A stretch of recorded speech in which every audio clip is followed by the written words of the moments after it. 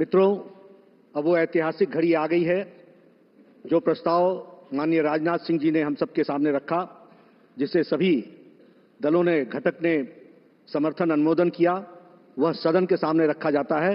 आप सबसे निवेदन है कि करतल ध्वनि के साथ इस मैं एनडीए के वरिष्ठ नेताओं से कहूंगा कि वो सामने मंच पे बाहर आकर के माननीय मोदी जी का स्वागत करें। सब लोग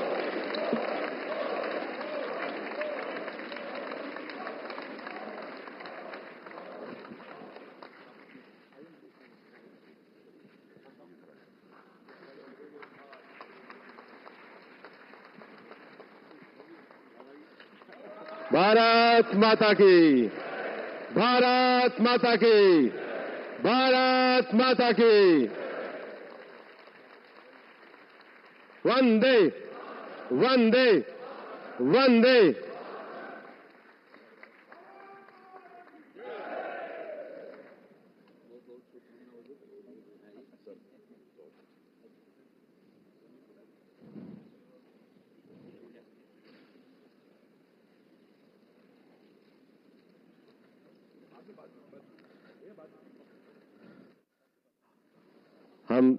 हम सब लोगों के लिए हर्ष, गौरव और सौभाग्य का विषय है कि एनडीए के हमारे नेता के रूप में माननीय नरेंद्र मोदी जी से हम निवेदन करेंगे कि वो हम सब लोगों को भारत के उज्जवल भविष्य के लिए संबोधन प्रदान करें।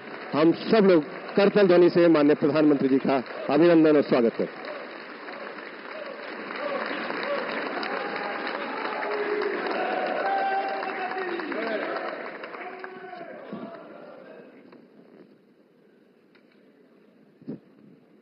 भारत माता की, भारत माता की।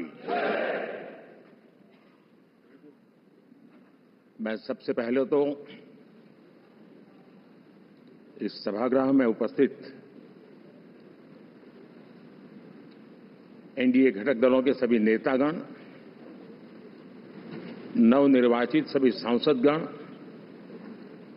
और हमारे राज्यसभा के भी सांसदगण, आप सबका हृदय से बहुत बहुत आभार व्यक्त करता हूं।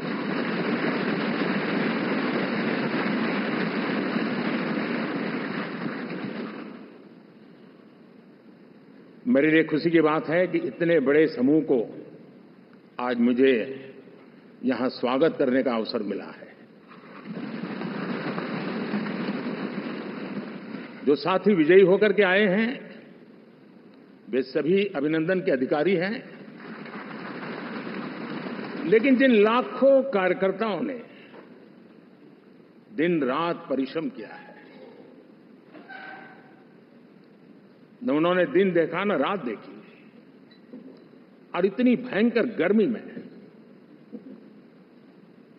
हर दल के कार्यकर्ता ने जो पुरुषार्थ किया है, परिश्रम किया है, मैं आज संविधान सदन के इस सेंट्रल हॉल से सर झुका करके उनको प्रणाम करता हूं।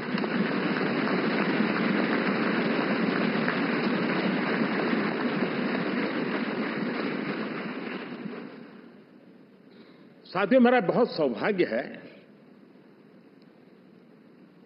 कि एनडीए के नेता के रूप में आप सब साथियों ने सर्वसम्मति से चुन करके मुझे एक नया दायित्व दिया है, और इसके लिए मैं आपका बहुत बहुत आभारी हूं। व्यक्तिगत जीवन में एक मैं जवाबदारी का एहसास करता हूं। जब 2019 में इस सदन में मैं बोल रहा था, आप सबने मुझे नेता के रूप में चुना था, और तब मैंने एक बात पर बल दिया था, विश्वास।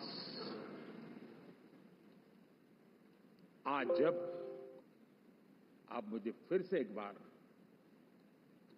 ये दायित्व देते हैं, इसका मतलब है कि हम दोनों के बीच, हम आपस में विश्वास का सेतु इतना मजबूत है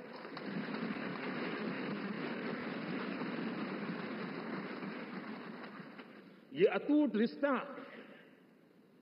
विश्वास की मजबूत धरातल पर है और ये सबसे बड़ी पूंजी होता है। और इसलिए ये पल मेरे लिए भावुक करने वाले भी है और आप सबके प्रति जितना धन्यवाद करूं उतना कम है।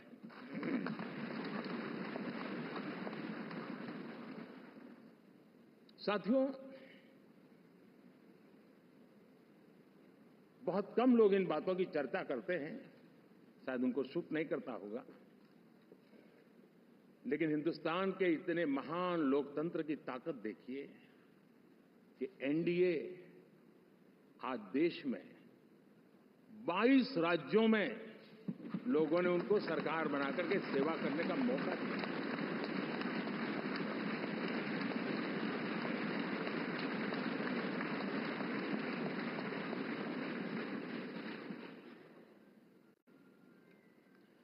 हमारा ये अलायंस सच्चे अर्थ में भारत की असली जो स्पिरिट है, जो भारत का आत्मा है, भारत की जड़ों में जो रचा बसा है, उसका एक अर्थ में प्रतिबिंब है। और मैं इसलिए कह रहा हूं कि थोड़ी नजर करें, हमारे देश में 10 ऐसे राज्य जहां हमारे आदिवासी बंधुओं की संख्या प्रभावी रूप से है, निर्णायक रूप से है, जहां इस आबादी आदिवासियों की ज्यादा है, ऐसे 10 राज्यों में से 7 राज्यों में एनडीए सेवा कर रहा है।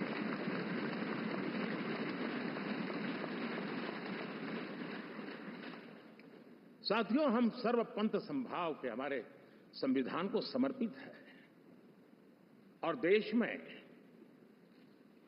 चाहे हमारा गोवा हो या हमारा नॉर्थ ईस्ट हो, जहां बहुत बड़ी मात्रा में हमारे ईसाई भाई बहन रहते हैं, आज हम उन राज्यों में भी एनडीए के रूप में सेवा का अवसर हमें मिला।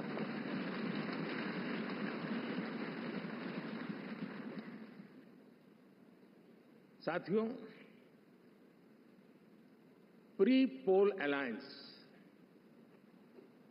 हिंदुस्तान के राजनीतिक इतिहास में और हिंदुस्तान की राजनीति में गठबंधन के इतिहास में प्री पोल अलायंस इतना सफल कभी भी नहीं हुआ है जितना कि एनडीए हुआ है।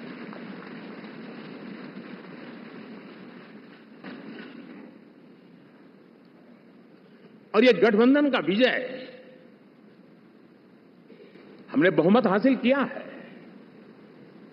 और मैं कई बार कह चुका हूं, शब्द अलग होंगे लेकिन मेरे भाव उसमें एक सातत्य है। सरकार चलाने के लिए बहुमत आवश्यक है, लोकतंत्र का वही एक सिद्धांत है, लेकिन देश चलाने के लिए सर्वमत बहुत जरूरी होता है।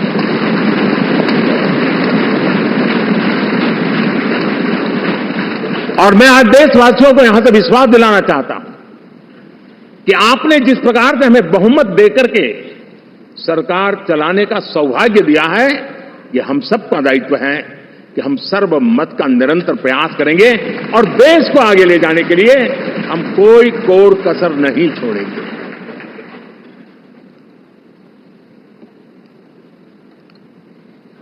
साथियों, एनडीए को करीब करीब 3 दशक हो चुके हैं।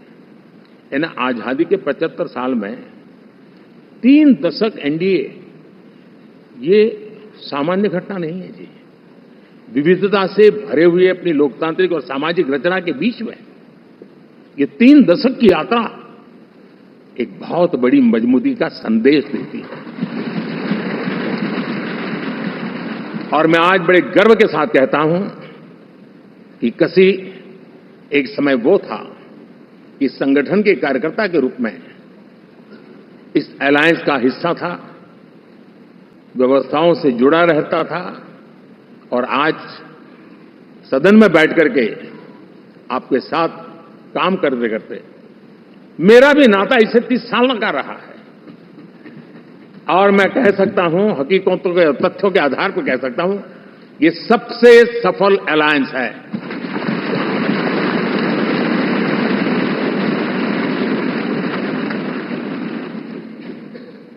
हम गर्व से कह सकते हैं कि 5 साल का टर्म होता है। इस अलायंस ने 30 साल में से 5-5 साल के 3 टर्म सफलतापूर्वक पार किए हैं और अलायंस 4थे टर्म में एंटर कर रहा है।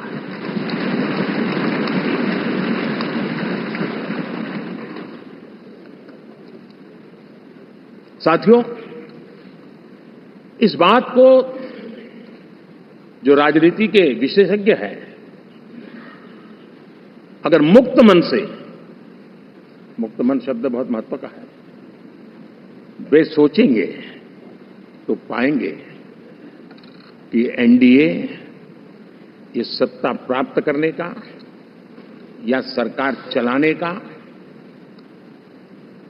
कुछ दलों का जमावड़ा नहीं है। ये राष्ट्र प्रथम की मूल भावना से नेशन फर्स्ट के प्रति कमिटेड वैसा ये समूह है। और 30 साल का लंबा कालखंड शुरू में शायद असेंबल हुआ होगा, लेकिन आज मैं कह सकता हूं कि भारत के राजनीतिक व्यवस्था में एक ऑर्गेनिक अलायंस है।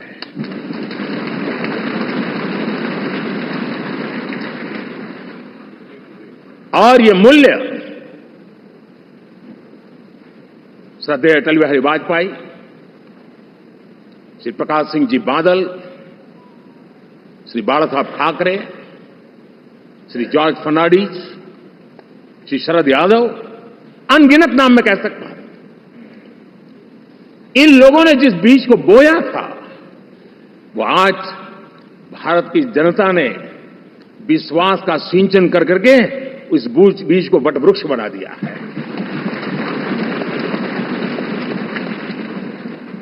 और हम सबके पास ऐसे महान नेताओं की विरासत है और हमें इसका गर्व है। बीते 10 वर्षों में हमने एनडीए की उसी विरासत, उसी मूल्यों को लेकर के निरंतर आगे बढ़ने का और देश को आगे बढ़ाने का प्रयास किया है। जैसे मैंने कहा, मुक्त मन से राजनीति के विश्लेषक अगर विश्लेषण करेंगे तो देखेंगे कि एनडीए का जो लोग दिखते हैं ना, उसमें एक कॉमन चीज नजर आती है और वो है गुड गवर्नेंस। इन सबने अपने अपने समय में, अपने अपने कार्यकाल में जब जब जहां सेवा करने का मौका मिला है, गुड गवर्नेंस इस देश को दिया है। और इस प्रकार से एनडीए एक प्रकार से, एनडीए कहते ही गुड गवर्नेंस ये अपने आप पर्यायवाची बन जाता है। साथियों, हम लोगों के सभी के कार्यकाल में, चाहे मैं गुजरात में रहा हूं या बाबू हमारे आंध्र में रहे हो या नीतीश जी ने बिहार के लिए भरपूर सेवा की हो, हम सबके अंदर केंद्र बिंदु में गरीब का कल्याण केंद्रस्थ रहा है।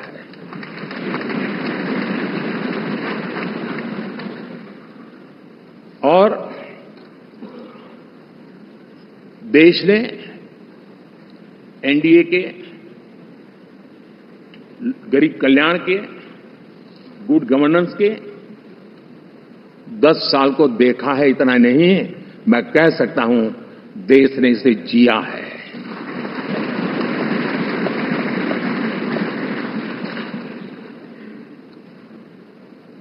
जनता जनार्दन ने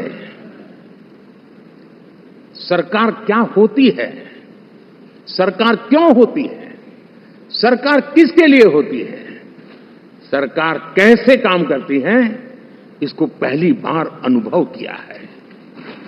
वरना जनता और सरकारों के बीच में एक खाई की व्यवस्था ही बनी हुई थी। हमने उसको पाट दिया है। हमने सबका प्रयास का मंत्र देश को नई ऊंचाई पर ले जाने के लिए चरितार्थ करके देखा है।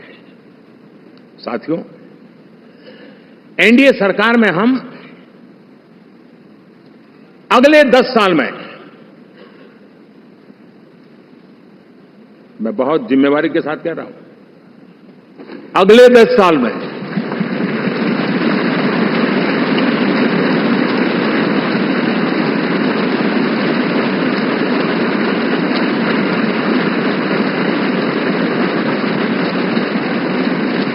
गुड गवर्नेंस, विकास, नागरिकों के जीवन में क्वालिटी ऑफ लाइफ, और मेरा व्यक्तिगत रूप से एक बहुत बड़ा ड्रीम है, मैं लोकतंत्र की समृद्धि को जब सोचता हूं तो मैं चाहता हूं कि सामान्य मानवीय के जीवन में से, और खास करके मध्यम वर्ग, उच्च मध्यम वर्ग, उनके जीवन में से सरकार की दखल जितनी कम हो उतनी लोकतंत्र की मजबूती है।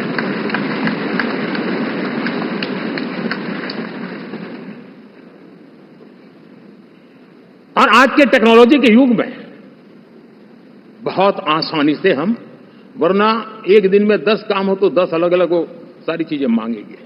हम बदलाव चाहते हैं। गुड गवर्नेंस का ये भी एक महत्वपूर्ण पहलू है। लेकिन हम विकास का नया अध्याय लिखेंगे, गुड गवर्नेंस का नया अध्याय लिखेंगे, जनता जनार्दन की भागीदारी का नया अध्याय लिखेंगे, और सब मिलकर के विकसित भारत के सपने को साकार करके रहेंगे।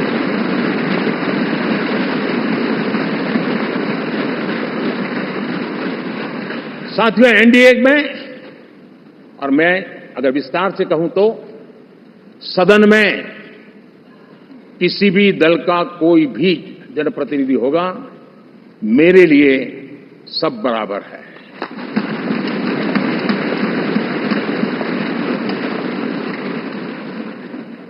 जब मैं सबका प्रयास की बात करता हूं तो मैं सदन में भी, चाहे वो लोकसभा हो या राज्यसभा हो, हमारे लिए सब बराबर है।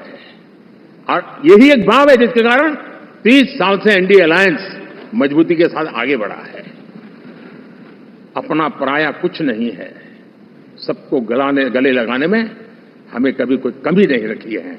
उसी का परिणाम है कि जनता का विश्वास भी जीत पाते हैं। साथियों, हमने 2024 में जिस टीम भावना से काम किया है और ग्रासरूट लेवल पे किया है, सिर्फ फोटो ऑप करना, नेता मिलकर के हाथ हिलाएं और फिर तुम्हारे रास्ते में मेरे रास्ते, ऐसा नहीं। ग्रासरूट लेवल तक सबने मिलकर के ये जो काम किया है, और उसी ने हमें ऑर्गेनिक अलायंस का सामर्थ्य दिया है।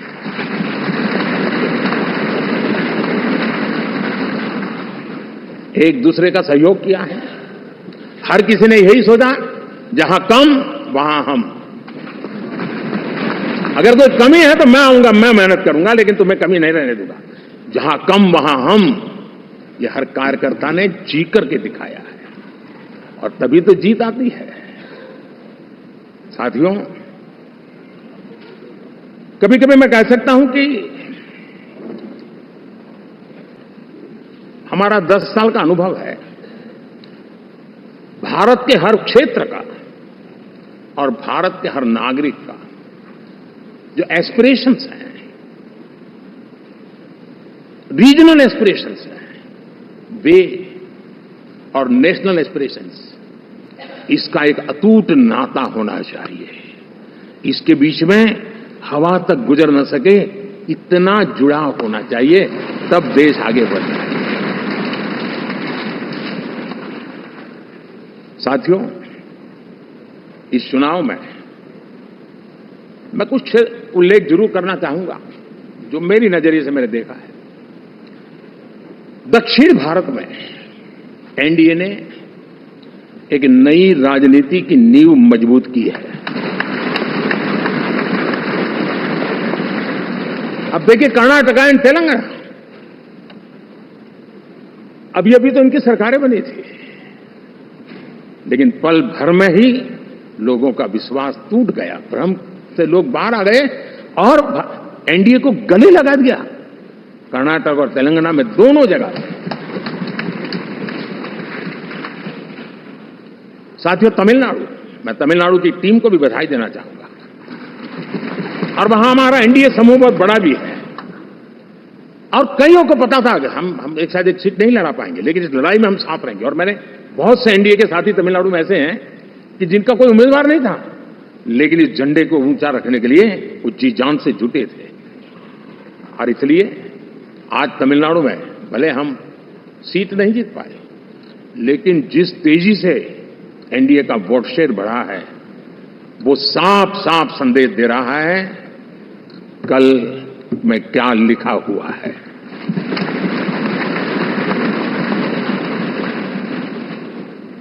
साथियों, पुडुचेरी हो, केरला हमारे सैकड़ों कार्यकर्ताओं के बलिदान हुए हैं। यूडीएफ हो या एलडीएफ हो, शायद हिंदुस्तान के राजनीतिक जीवन में इतना जुल्म एक विचारधारा को लेकर के जीने वालों के ऊपर हुआ होगा तो सिर्फ मैं कह सकता हूं केरल में हुआ है। जम्मू कश्मीर से भी ज्यादा हुआ है। उसके बावजूद भी सामने कहीं विजय नजर नहीं आता था। उन्होंने परिश्रम की पराकाष्ठा में कभी पीछे नहीं रहे, पीढ़ियां खपा दी। और आज पहली बार संसद में केरल से हमारा प्रतिनिधि बन के आया।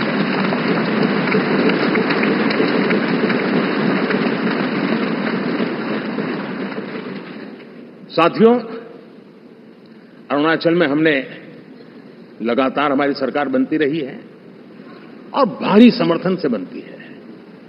सिक्किम में भी हमारे एनडीए की सरकार करीब क्लीन स्वीप के साथ, अरुणाचल क्लीन स्वीप। आंध्र, मैं अभी बाबू को पूछ रहा था, बोले हिस्टोरिकली ये सबसे हाईएस्ट विक्ट्री है।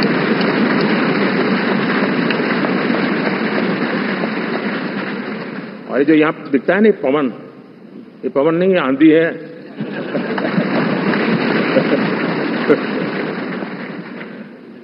आंध्र ने इतना बड़ा हमारे प्रति जनमत दिया है।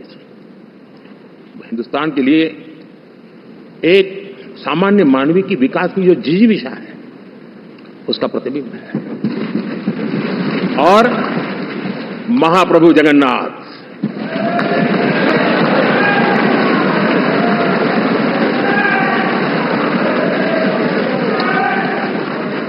और मैंने अनुभव किया हमेशा। मैं हमेशा मानता हूं ईश्वर के अनेक रूप होते हैं, लेकिन जब मैं भगवान महाप्रभु जगन्नाथ जी को याद करता हूं तो मैं हमेशा मानता हूं ये गरीबों के देवता है।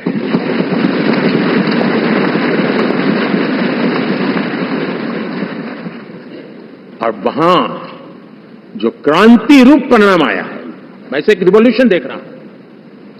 और मैं इसके साथ कह सकता हूं कि विकसित भारत का हमारा जो सपना है, आने वाले 25 वर्ष, पहले मैंने 10 साल कहा था, यहां मैं 25 साल कह रहा हूं, आने वाले 25 साल महाप्रभु जगन्नाथ जी की कृपा से उड़ीसा देश की विकास यात्रा के ग्रोथ इंजन पैकी एक होगा।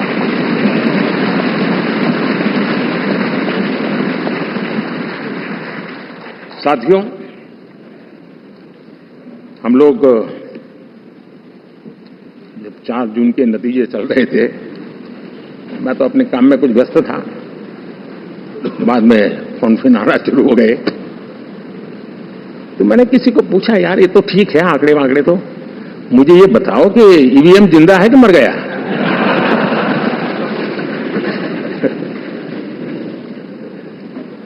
क्योंकि ये लोग तय करके बैठे थे कि भारत के लोकतंत्र और लोकतंत्र की प्रक्रिया के प्रति विश्वास ही लोगों का उठ जाए, और लगातार ईवीएम को गाली देना। और मुझे तो लगता था कि शायद इस बार वो ईवीएम की अर्थी का जुलूस निकालेंगे। लेकिन 4 जून शाम आते आते उनको ताले लग गए, ईवीएम ने उनको चुप कर दिया। ये ताकत है भारत के लोकतंत्र की, ये ताकत है भारत की निष्पक्षता की, ये भारत की ताकत है भारत के चुनावी तंत्र की, चुनाव आयोग की। और मैं मानता हूं कि ये आशा करता हूं कि 5 साल तो अब ईवीएम शायद मुझे नहीं सुनाई देगा, लेकिन जब 29 में हम जाएंगे तो फिर से शायद ईवीएम को लेकर के नाचने की शुरुआत करेंगे, क्योंकि इनके सुधरने की संभावना बहुत कम है। आप देखिए, चुनाव के समय मैंने पहली बार देखा, शायद हर तीसरे दिन इलेक्शन कमीशन के काम में रुकावट आए, इसके लिए सुप्रीम कोर्ट के दरवाजे खटखटाए गए, भांति की एप्लीकेशन, और एक ही टोली थी। और लोकतंत्र के प्रति जिनका भरोभार अविश्वास, ऐसे लोग सुप्रीम कोर्ट का उपयोग करते हुए कैसे रुकावट डाले, इसका निरंतर प्रयास करते रहे। और चुनाव आयोग की ताकत का एक बड़ा हिस्सा अदालतों में, इस पीक आवर्स में, चुनाव के पीक आवर्स में,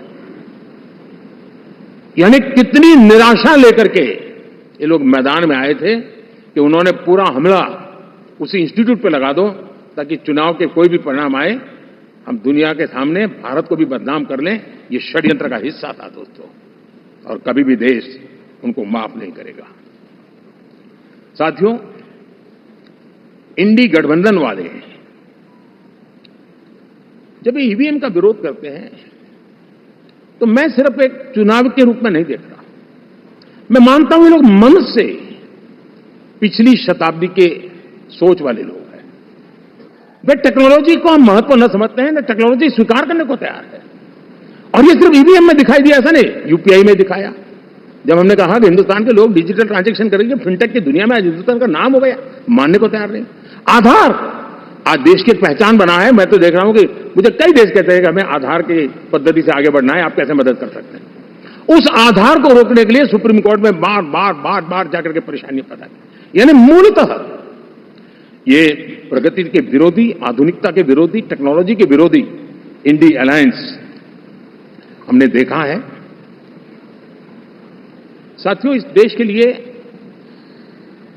यह भी चिंता का विषय है कि विश्व में भारत के लोकतंत्र की ताकत को कम आंकने का प्रयास, और कितना एक्सट्रीम है। मैं दुनिया में ढोल पीट रहा हूं कि हम मदर ऑफ डेमोक्रेसी है, और ये दुनिया में जाकर के बता रहे नहीं हमारे देश में डेमोक्रेसी ऐसा कुछ नहीं कि वो मोदी बैठ गया है, वो एक चाय बेचने वाला यहां पहुंच कैसे गया, कुछ तो गड़बड़ की होगी। ये जो इनकी मनस्थिति है जी, भारत के नागरिकों को चुनाव प्रक्रिया के प्रति अविश्वास पैदा करने का जो उनका षड्यंत्र है, मैं मानता हूं कि अब दुनिया भी भारत के लोकतंत्र की विविधता, विशालता, व्यापकता, गहनता, इन सबको भी जानने समझने के लिए आकर्षित होगी। ऐसे ही इस चुनाव के नतीजे में देख रहा हूं। साथियों, जब 1 तारीख को मतदान पूरा हुआ और 4 तारीख को काउंटिंग, इस बीच की चीजों को आप देखिए। योजनाबद्ध तरीके से देश को हिंसा की आग में झोंकने का बयान दिए जाते थे। यहां इकट्ठे होना, यहां पहुंचना, यहां करना। कुछ लोग इस चीज को गंभीर नहीं लेते हैं, लेकिन ये बहुत गंभीर है। आप भारत के लोकतंत्र को, पहले उसकी व्यवस्था को अनादर करते हो, अब परिणाम आने से पहले एक ऐसा माहौल बना दो कि बस आग लगा देंगे। हर प्रकार से उन शब्दों का अर्थ यही निकलता है कि उन्होंने देश को उस दिशा में ले जाने का प्रयास किया था। लगातार देश को गुमराह करने का प्रयास किया गया, देश के लोगों को बांटने का प्रयास किया। अरे, चुनाव एक ऐसा लोकोत्सव होता है कि ज्यादा से ज्यादा लोगों को हम जोड़े, तोड़ने के लिए नहीं होता है, लेकिन हर प्रकार से कोशिश यही की गई। साथियों, मैं मानता हूं कि 2024 के लोकसभा के चुनाव के जो नतीजे हैं, हर पैरामीटर से देखेंगे, दुनिया ये मानती है और मानेगी कि ये एनडीए का महाविजय है।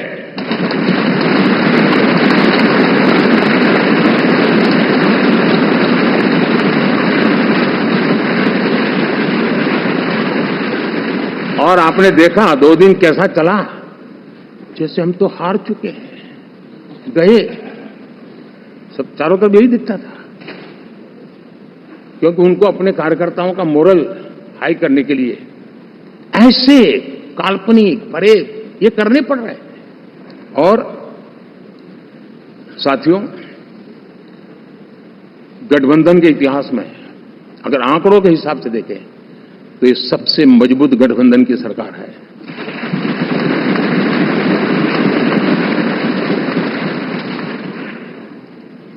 लेकिन कोशिश ये की गई कि इस विजय को स्वीकार न करना, उसको पराजय के छाया में डुबो कर रखना, लेकिन उसकी ऐसी चीजों की बाल मृत्यु हो जाती है, और हो भी गई। लेकिन देशवासी जानते हैं कि न हम हारे थे न हम हारे हैं।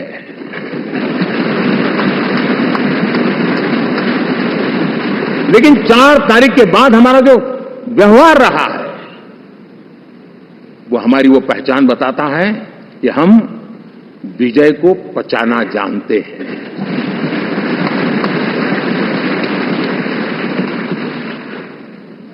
हमारे संस्कार ऐसे हैं कि विजय की गोद में उन्माद पैदा नहीं होता है और न ही पराजित लोगों के प्रति उपहास करने के हमारे संस्कार हैं। हम विजय को भी पचाते हैं और पराजित का भी उपहास करने की विकृति हम नहीं पालते हैं, हमारे संस्कार हैं। अब किसी भी बालक को पूछो कि भाई लोकसभा के चुनाव के पहले सरकार किसकी थी, तो कहेगा एनडीए। 24 के नतीजों के बाद सरकार किसकी बनी, एनडीए। फिर हारे कहां से भाई? पहले भी एनडीए थी, आज भी एनडीए और कल भी एनडीए है।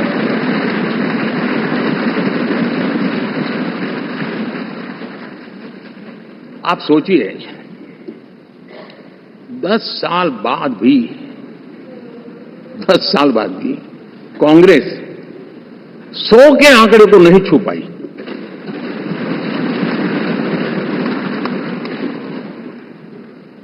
और अगर मैं 14, 19 और 24 3 चुनावों को जोड़ करके कहूं, कांग्रेस के 3 चुनाव जोड़ूं, तो इन 3 चुनावों में जितनी सीटें मिली है उससे ज्यादा हमें इस चुनाव में मिली है।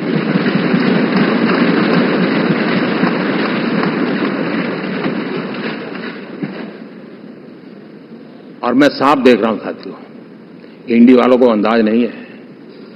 वे धीरे धीरे पहले तो डूब रहे थे, अब तेज गति से ये गर्त में जाने वाले हैं।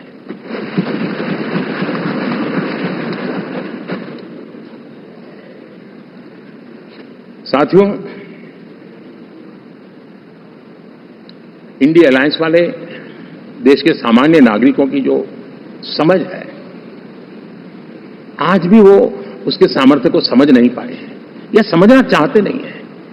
भारत के सामान्य व्यक्ति की भी एक समझ है, और जो जमीन से जुड़ा रहता है ना, वो समझ को छूता है, समझता है, पहचानता है, वो वहां नहीं है। साथियों, इन लोगों का जो व्यवहार रहा है 4 तारीख के बाद, मैं आशा करता था कि वे लोकतंत्र का सम्मान करेंगे, लेकिन उनके व्यवहार से लगता है कि शायद उनमें ये संस्कार आए, इसके लिए हमें और इंतजार करना पड़ेगा। और तो मैं ज्यादा कुछ कह नहीं सकता। और ये वो लोग हैं जो खुद की पार्टी के पीएम का अपमान करते हैं, उसके निर्णयों को फाड़ देते थे।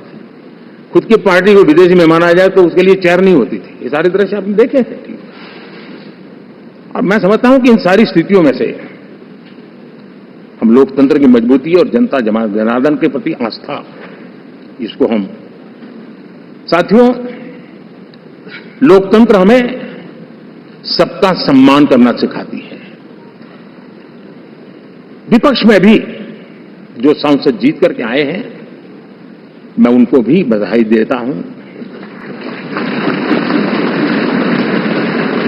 और मैं पिछले 10 वर्ष में एक चीज मिस कर रहा था कि debate, participation, quality of debate मैं मिस कर रहा हूं, लेकिन मैं आशा करता हूं कि अब इस नया जो सदन बना है वो कमी मुझे खलेगी नहीं। शायद हमारे साथी भी राष्ट्रहित की नियत के साथ सदन में आएंगे और भले वो विपक्ष में बैठे होंगे, लेकिन राष्ट्र के विपक्ष में नहीं है, हमारे विपक्ष में है। राष्ट्र में तो हम सब एक ही दिशा में हैं।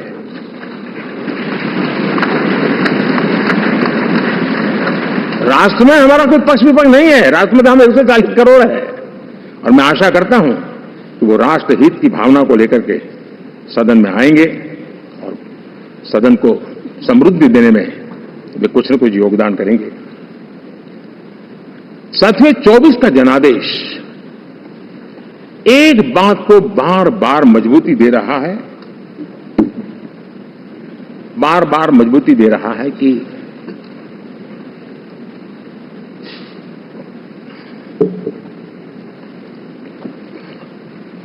देश को आज के वातावरण में सिर्फ और सिर्फ एनडीए पर ही भरोसा है।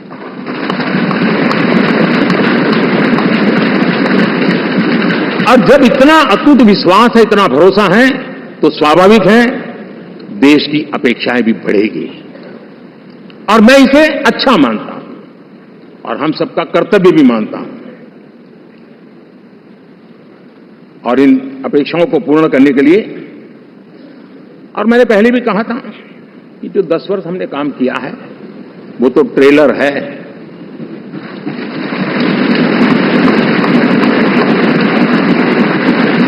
और वो मेरा चुनावी वाक्य नहीं था, ये मेरा कमिटमेंट है। हमें और तेजी से, और विस्तार से, और तेज गति से देश के आकांक्षाओं को पूर्ण करने में रत्ती भर भी विलंब नहीं करना है।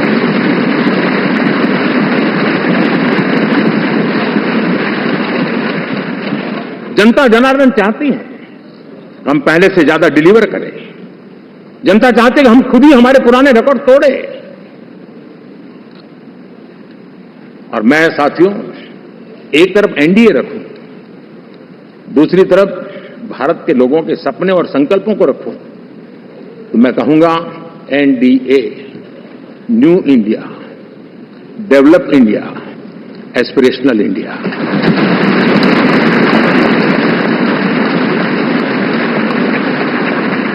और इसी सपने और संकल्पों को पूरा करना, ये हम सबका संकल्प भी है, कमिटमेंट भी है, और हमारे पास रोड मैप भी है।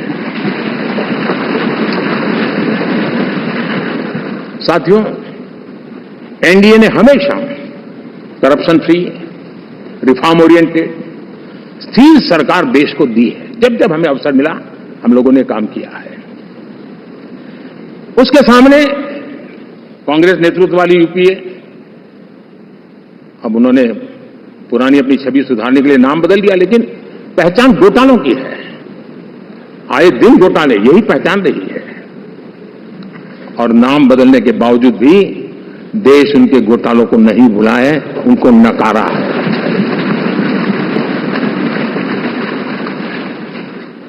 और मैं कह सकता हूं साथियों, इंडी अलायंस वालों ने एक व्यक्ति का अपोज करने के 1 पॉइंट एजेंडा के कारण देश की जनता ने उनको ही ऑपोजिशन में बिठा दिया है।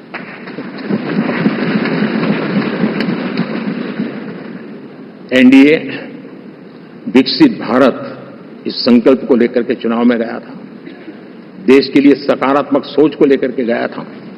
देश की युवा शक्ति के सामर्थ्य को समझ करके नए अवसरों को लेकर के देश को आगे बढ़ने की बात लेकर के गया था। जबकि हमारे सामने जो लोग थे वो भ्रम फैलाना, झूठ फैलाना, यही गुमराह करने वाले काम यही करते रहे थे। अब एनडीए और उनका देखें, इवन नामांकन में जाएंगे तो भी आपको देखेगा उनका चुनाव प्रचार, उनका नामांकन, हम लोगों का एक एक दृश्य देख लीजिए और उनका एक एक दृश्य देखिए, कितना बड़ा अंतर है। हर चीज में उनका कैरेक्टर दिखाई देता है। और क्या रहा, फोटो ऑप के लिए तो उन्होंने अलायंस घोषित कर दिया, लेकिन कितने ही राज्यों में वो आपस में लड़ते रहे हैं। चुनावी जंग में एक दूसरे की पीठ में छुरा भोंकते रहे हैं। कभी उन्होंने कहा कि ये तो हमारा वैचारिक अलायंस है, वो विचार लेवल पर ठीक है, बाकी नीचे तो हमारा अपना हम तैयार करेंगे। और अब फिर उन्होंने कहा कि भाई हम तो सीट के आधार पर अलायंस करेंगे, टोटल न भी करें, ये भी खेल खेला। और अभी तो चुनाव पूरा शुरू कर दिया कि ये तो हमारा अलायंस लोकसभा के चुनाव के लिए ही था, बाद में नहीं है, ये भी शुरू कर दिया। यानी मैंने बहुत पहले कहा था कि आप देख लेना 4 जून के बाद बिखराव शुरू हो जाएगा, और वो शुरू हो चुका है। इसका मतलब ये हुआ कि वो सिर्फ और सिर्फ सत्ता सुख के लिए एक दूसरे का साथ देने की कोशिश करते थे, लेकिन उनमें उनका अगर स्वार्थ निश्चित होता तो साथ देना, वरना नहीं देना, ये कैरेक्टर था। साथियों, ये लोग कितने ही बड़े झूठे बोलते रहे हैं। और आप देखिए, चुनाव के समय उन्होंने देश के सामान्य नागरिक को गुमराह करने के लिए जो पर्चियां बांटी कि ये देंगे और वो देंगे और टिकना देंगे, फलाना देंगे। 2 दिन से मैं देख रहा हूं कि कांग्रेस के दफ्तरों पर लोग कतार लगा के खड़े हैं कि पर्ची है, 1 लाख रुपया कहां है, लाओ भाई, मांग रहे हैं लोग। यानी आपने जनता जनार्दन की आंखों में कैसा उनको भ्रमित किया, कैसी आंख में धूल झोंक दी कि वो बेचारा सामान्य नागरिक मान के चलता था, हाँ भाई 4 जून के बाद रुपया मिल जाएगा, इसलिए वो जाके खड़ा रह गया। और अब उसको धक्का मारा जा रहा है, डंडे मारे जा रहे हैं, वहां से निकाला जा रहा है। अब इस प्रकार का चुनाव ये अपने आप में देश के गरीबों का अपमान है, हमारे देश के सामान्य नागरिकों का अपमान है। और कभी भी देश ऐसी हरकतों को न भूलता है, न ही कभी माफ किए बिना माफ कभी करता है। साथियों, हमारे लिए संतोष की बात है कि हम एक कमिटमेंट से काम कर रहे हैं। 10 साल में हमने 25 करोड़ गरीबों को गरीबी से बाहर निकाला है।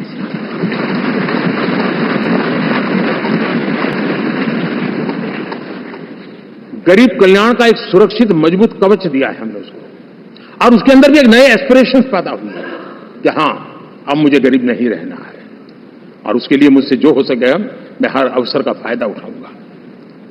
3 करोड़ गरीबों को घर, ये ऐसे कहने का आंकड़ा नहीं है जी, कितनी मेहनत पड़ती है मुझे मालूम है, लेकिन हम सफलतापूर्वक इसको कर पाए हैं। 4 करोड़ लोगों को दे चुके हैं, 3 करोड़ का हम संकल्प लेकर के आज से आगे बढ़ेंगे। यानी ये भी हिम्मत है कि 4 करोड़ देने के बाद जिन परिवारों का विस्तार हुआ है, जरूरत पड़ी है, और राज्यों की भी उसमें इच्छा है, 3 करोड़ नए घर बनाने का संकल्प। 70 वर्ष की आयु से ऊपर के व्यक्तियों को, नागरिकों को 5 लाख रुपए तक इलाज के लिए मुफ्त इलाज की व्यवस्था। मुद्रा योजना के तहत हमारे नौजवानों को कारोबार के लिए 20 लाख तक की उनकी बैंक से उनको लोन मिले, इसकी व्यवस्था। ये मैं समझता हूं कि वायदा हमारे तीसरे कार्यकाल की गारंटियां, सब मैं अभी बताता नहीं हूं, लेकिन इन गारंटियों के प्रति हम कमिटेड हैं और उसे पूर्ण करने के लिए हम कोई कमी नहीं रखेंगे। साथियों, गरीब का सशक्तिकरण और मिडिल क्लास को सुविधा, ये हमारी प्राथमिकता है, क्योंकि मध्यम वर्ग अब इस देश का एक बहुत बड़ा चालक वर्ग है। भारत की ग्रोथ स्टोरी में ये ऐसे ऐसे नए फोर्सेस में देख रहा हूं जो हमारी बहुत बड़ी शक्ति बनने वाले हैं, और इसलिए हम उस पर भी उतना ही, और मिडिल क्लास की बचत कैसे बढ़े, सेविंग कैसे बने, उसके लिए, उसकी क्वालिटी ऑफ लाइफ के लिए हम क्या कर सकते हैं, हमारी योजनाओं का विस्तार कैसे किया जाए, हमारे नीति नियमों में बदलाव कैसे किया जाए, उस पर भी हम आने वाले दिनों में काम चाहते हैं। साथियों, पंचायत से पार्लियामेंट तक हमारी नारी शक्ति की सक्रिय भागीदारी, ये हमारा कमिटमेंट है। और हमने हमारे पिछले कार्यकाल में नारी शक्ति बंधन अधिनियम करके उस बात को हमने आगे बढ़ाया, और वो दिन दूर नहीं होगा जब हमारे सदन में बहुत बड़ी तादाद में हमारी माताएं बहनें देश का नेतृत्व करती हुई दिखाई देगी।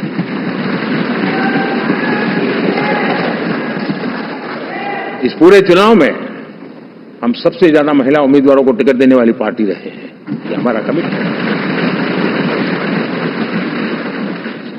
हमारी महिला सांसदों को जो आशीर्वाद देश की जनता ने दिया है, मैं इसके लिए विशेष रूप से उनका आभार व्यक्त करता हूं। और साथियों, आपने देखा होगा G20 समिट में दुनिया के सामने एक विषय लेकर के हम बड़े आग्रह से गए हैं, और वो है empowerment of women, development of women. इन सारी बातों को तो हम परिचित हैं। हमने एक नया शिफ्ट किया है और हम G20 समिट से भी इसको आगे बढ़ा रहे हैं, विमेन लेड डेवलपमेंट। एक बार हमारा इस प्रकार का कमिटमेंट बनता है तो परिवर्तन बिल्कुल साफ नजर आता है। साथियों, एनडीए का ये कार्यकाल बड़े फैसलों का है, तेज विकास का है, और अब हम समय गंवाना नहीं चाहते कि हम 5 नंबर की इकोनॉमी से 3 नंबर की इकोनॉमी पर पहुंच रहे हैं।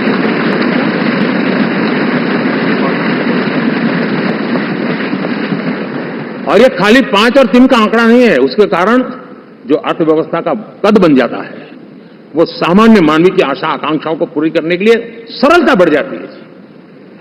देश के लिए जो जरूरतें हैं वो आराम से पूरी करने का सामर्थ्य बन जाता है। और इसलिए हम उस दिशा में बड़ी कोशिश करके आगे बढ़ना चाहते हैं। राज्यों का सहयोग भी उसमें उतना ही महत्वपूर्ण है।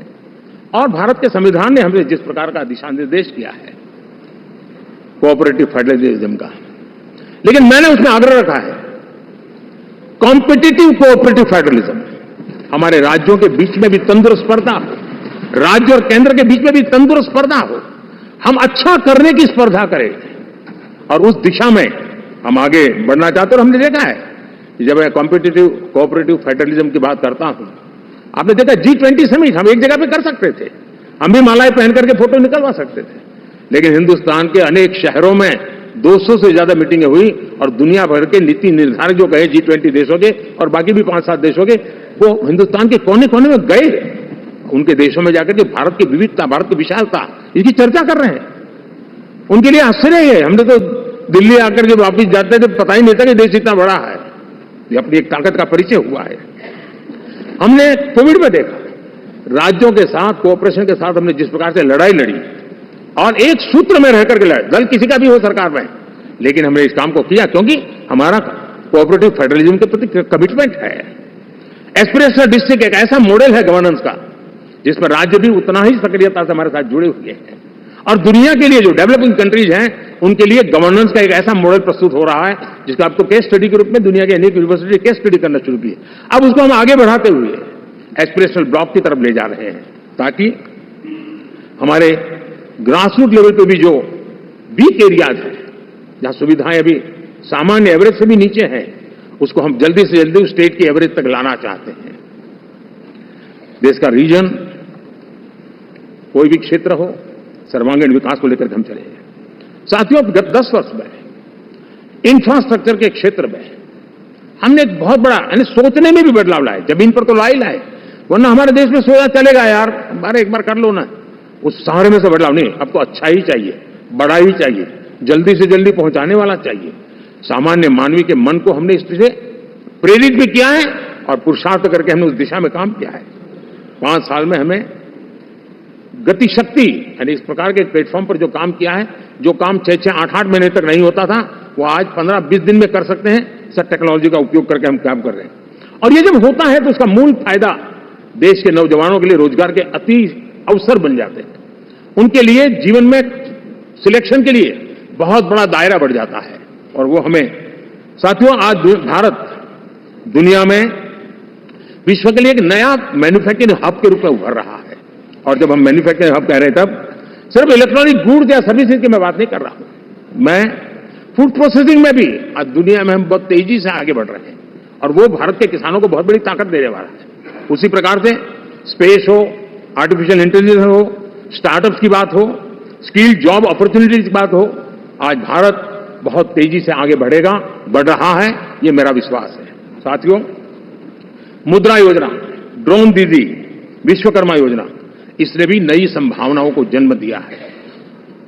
साथियों, हमारी संस्कृति, हमारी विरासत, उसके प्रति हम जितना ध्यान केंद्रित करेंगे, दुनिया के लिए आकर्षण का केंद्र बनेगा। और इसलिए हम उन दिशा में, और मैं मानता हूं भारत के लिए टूरिज्म एक ऐसा एवेन्यू है जो गत शताब्दी में हमें कभी यानी आज से लेकर के पीछे के 100 साल में कहूं, ऐसा अवसर नहीं मिला है जैसा आने वाले 25 साल में मिलने वाला है।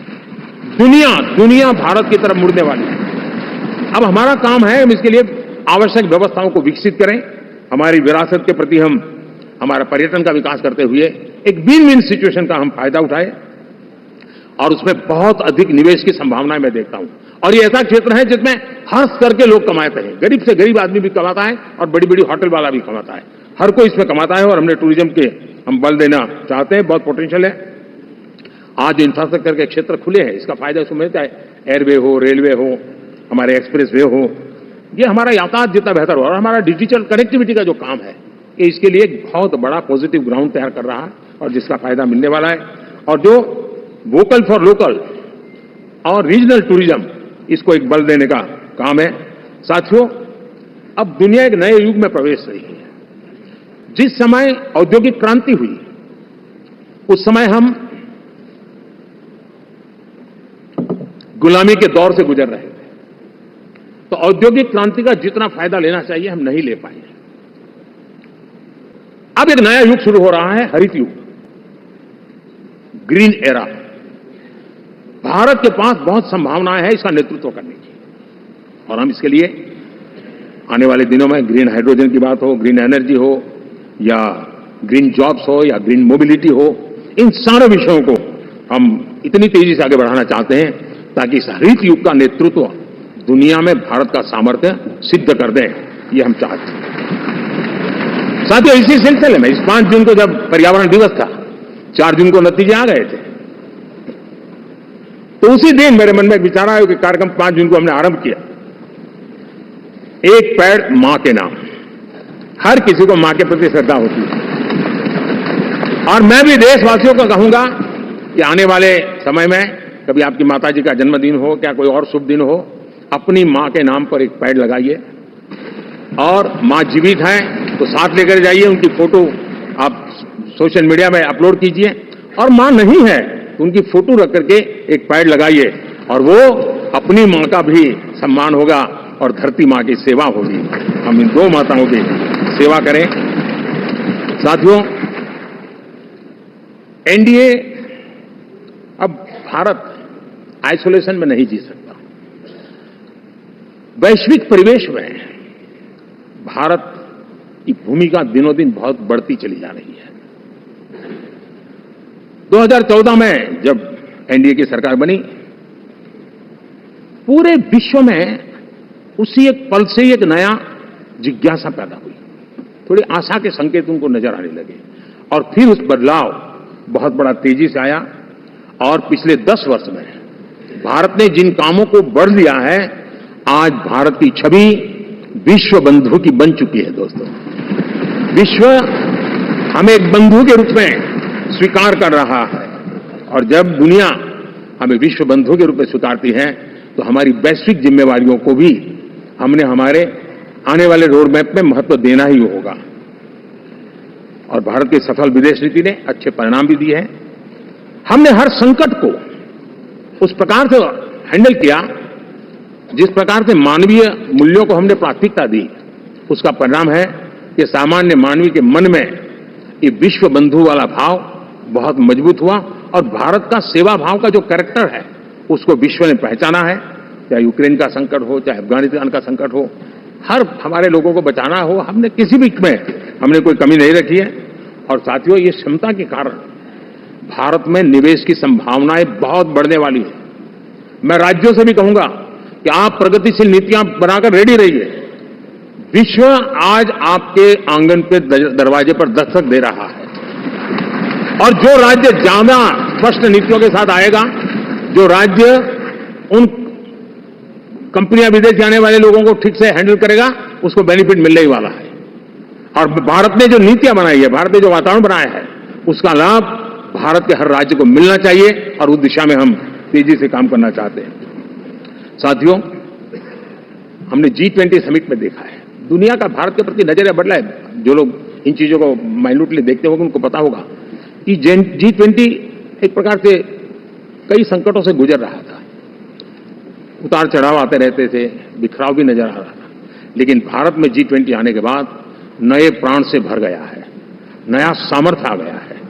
और ये भारत की ताकत है कि उसने पूरे विश्व को जोड़ने में G20 के माध्यम से बहुत बड़ा काम किया है। और उसके इन दिनों भी जो परिणाम आए इसके बाद मेरा काफी समय विदेश के सरकारों से फोन अभिनंदन स्वीकार करने में गया। और शायद मैं 2014 में 19 में भी ऐसा अनुभव नहीं था जितना इस बार फ्लो है। दुनिया के करीब करीब, अब नाम ले, उसने भारत को शुभेच्छा व्यक्त की है या बात करने की कोशिश की है।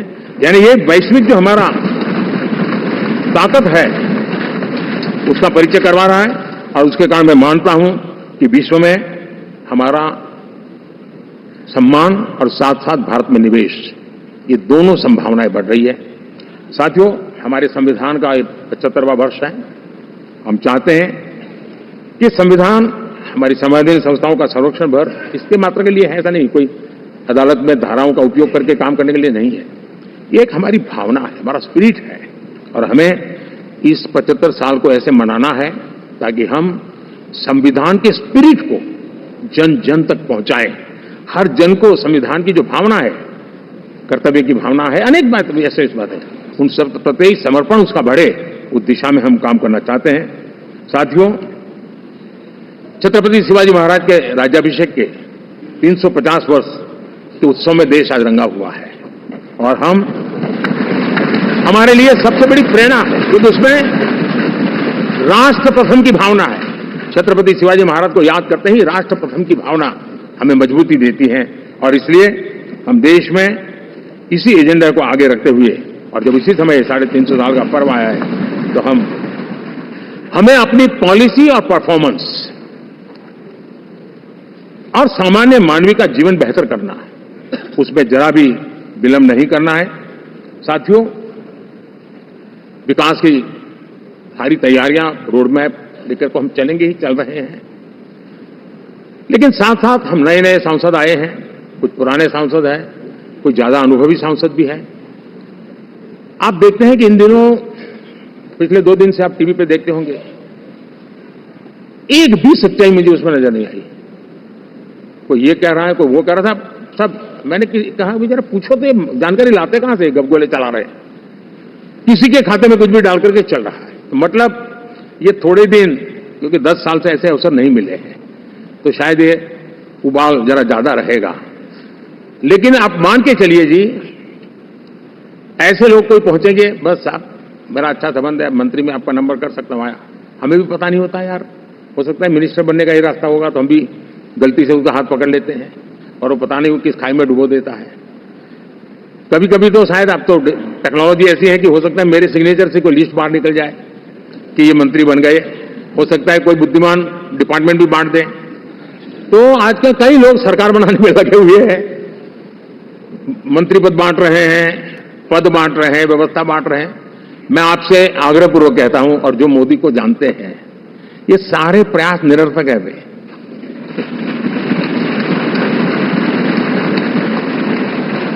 आप भी किसी का फोन आ जाए तो 10 बार वेरीफाई कीजिए कि जिसने फोन किया है वो सचमुच में अथॉरिटी है। अदरवाइज कोई भी कहे भाई आपका नाम हो गया है, सुबह परिवार को बुला लीजिए, शपथ समारोह में आना है, हो गया। तो ऐसी गपबाजी करने वाली बहुत बड़ी फौज रहती है। कुछ लोग आदतन करते रहते हैं, कुछ लोगों को मजाक आती है, और कुछ लोग बदिरादे से करते हैं। मेरा सभी सांसदों से आग्रह है कि हम इन सारे षड्यंत्रों का शिकार न बने। दूसरा, हमारे जो इंडिया अलायंस वालों ने इस चुनाव में फेक न्यूज में एक्सपर्टाइज कर लिया, डबल PhD कर लिया उन्होंने, वो शायद इसका भरपूर उपयोग करेंगे। हम कृपा करके इन चीजों से दूर रहें, अफवाहों से दूर रहें। ये जो टीम बैठी है वो अनुभवी टीम है, मुझे भी सही सलाह देने वाली टीम है, और इसलिए टीम मिलकर के बहुत सही निर्णय करने वाली है।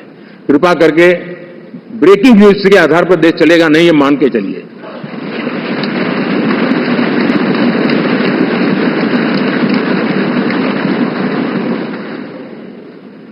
साथियों, विकसित भारत का संकल्प लेकर के हम चले हैं।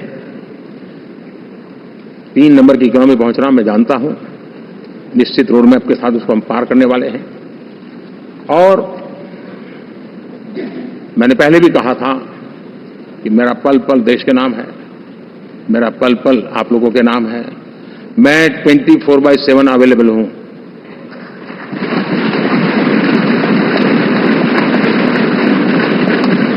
हमें मिलकर के देश को आगे बढ़ाना है। फिर से एक बार आप लोगों ने मुझ पर जो विश्वास जताया है, जो प्यार दिखाया है और जो समर्थन दिया है, वाकई मैं मानता हूं भारत के लोकतंत्र की एक बहुत बड़ी ताकत है। मैं जितना आपका आभार व्यक्त करूं उतना कम, और मैं विश्वास दिलाता हूं कि मैं आपकी आशा अपेक्षाओं को पूरी करने में, परिश्रम करने में कोई कमी नहीं रखूंगा।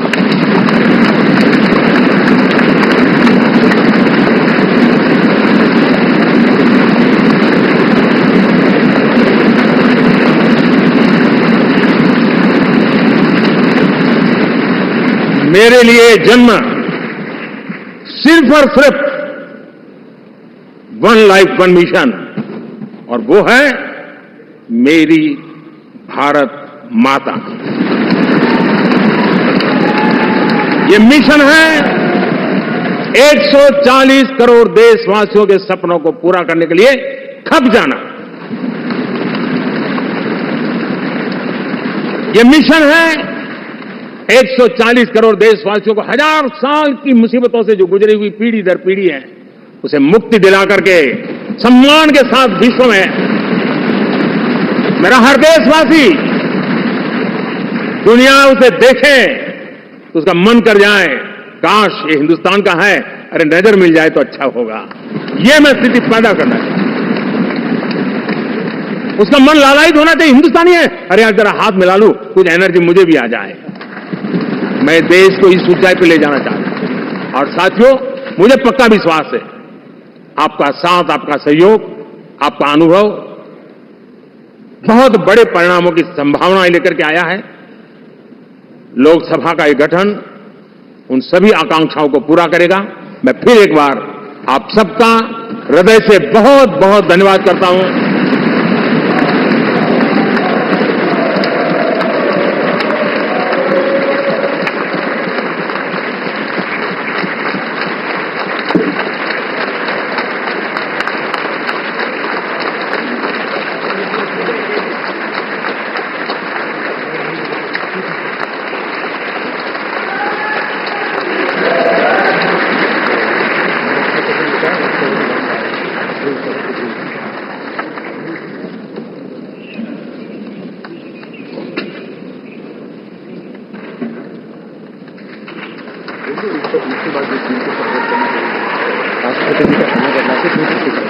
जो एनडीए के साथी स्वागत करना चाहते हैं वो आगे आ सकते हैं, और बाकी भी जो फिर पार्टी के वरिष्ठ नेता भी स्वागत करना चाहते हैं वो आगे आ सकते हैं। एनडीए के वरिष्ठ नेता राष्ट्रपति भवन की ओर भी इसके बाद जाएंगे। तो एनडीए के साथी तमिलनाडु देवनाथ, हाँ जाओ जाओ।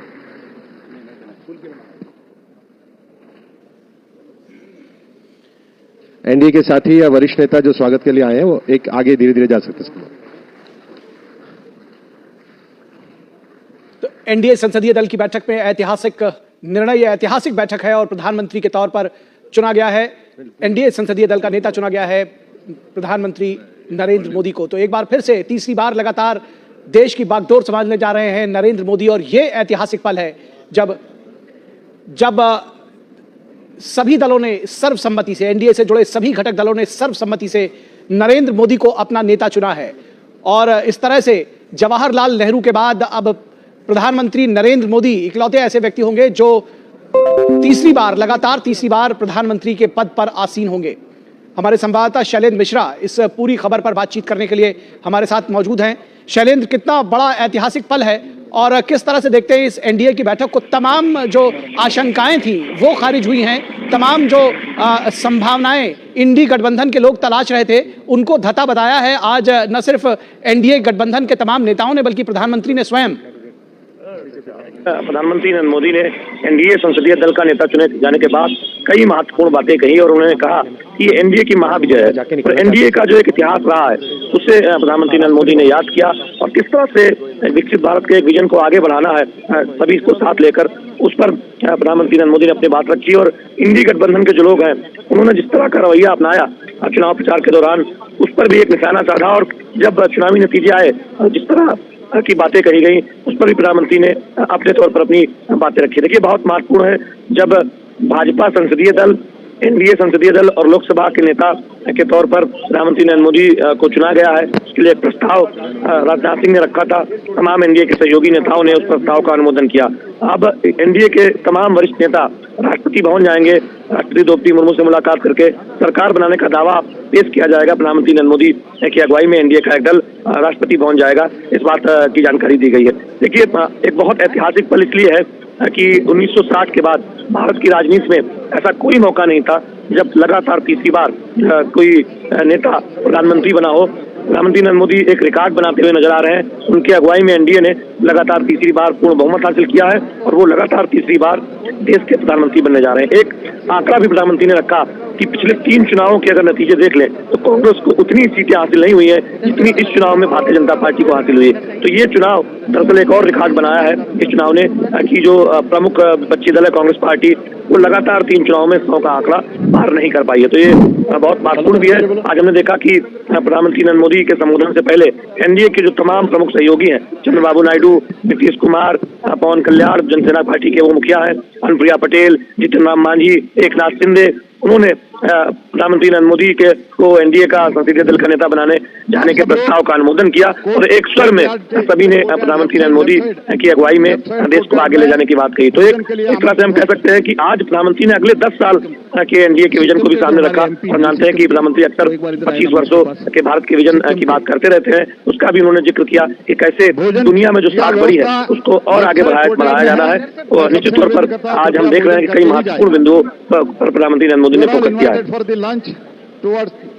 जी, निश्चित तौर पर इन कोर्टयार्ड। और ये जो तस्वीरें हैं ये भी बेहद महत्वपूर्ण है जो इस वक्त हमारे दर्शक अपने टीवी स्क्रीन पर देख पा रहे हैं। एक हुजूम सा उमड़ा है। एनडीए जो घटक दल है उनके तमाम जो सांसद हैं, जो नेता हैं, वो उमड़े हैं प्रधानमंत्री को बधाई देने के लिए, उनके साथ इस पल को अपने तस्वीरों में कैद करने के लिए, कैमरों में कैद करने के लिए, और लगातार बधाइयां दी जा रही हैं प्रधानमंत्री को। और आज का दिन निश्चित तौर पर शैलेंद्र, जैसे आपने कहा कि बेहद विशेष है इस मायने से भी कि तमाम उम्मीदों को एक बार फिर से कहीं ना कहीं, जिसको बार बार कहा जा रहा था कि शायद ये इस बार कहीं चूक न जाए एनडीए एक बार सरकार बनाने से, लेकिन फिर से जिस तरह से पूर्ण बहुमत के साथ एनडीए ने सरकार बनाया है, निश्चित तौर पर ये इस जो इतिहास रचा गया है ये उन्हीं पलों की गवाही देती है। ये जो तस्वीरें हैं निश्चित तौर पर। शैलेंद्र, आपसे ये भी जानना चाहेंगे कि अब इसके आगे की क्या कार्रवाई होगी, राष्ट्रपति से कब मिलने के लिए जाएंगे और आगे की प्रक्रिया कैसे चलेगी?